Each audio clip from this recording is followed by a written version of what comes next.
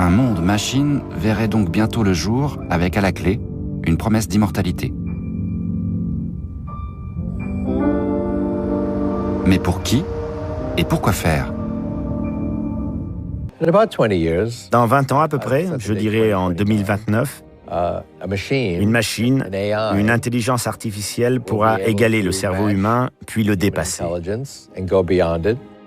Nos cerveaux deviendront en grande partie non biologiques. Nous deviendrons donc en partie des machines. On pourra alors stopper le vieillissement et vivre indéfiniment. Nous serons comme des dieux. Nous serons comme des dieux. Les gens ne veulent pas l'entendre, mais nous serons omniscients, capables de tout savoir, de connecter nos cerveaux directement à Google. Nous serons omnipotents.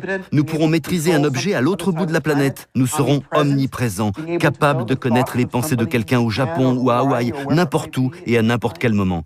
Se débrancher ne se fera qu'au prix d'une grande solitude. La science et les techniques nous conduisent au dépassement de nos propres limites et donc au dépassement en effet de la souffrance, de la maladie, de la dépression, de tout ce qui est considéré comme étant négatif. Il y a là une dimension religieuse de substitution qu'on ne peut absolument pas ignorer. Il y a là une dimension religieuse de substitution qu'on ne peut absolument pas ignorer. Même si c'est présenté comme étant tout sauf une religion. L'accès à des technologies de plus en plus sophistiquées, de plus en plus coûteuses, ne travaille pas nécessairement une amélioration du bien commun. Elle peut être un projet pour une élite. Alors, ça veut dire inscrire une fracture violente dans l'humanité qui pose un problème politique, mais je pense un des problèmes politiques majeurs pour l'humanité aujourd'hui. Ces gens-là sont prêts à laisser sur le bord du chemin, en attendant leur disparition finale, une bonne partie de l'humanité. Il n'y a pas besoin d'exterminer.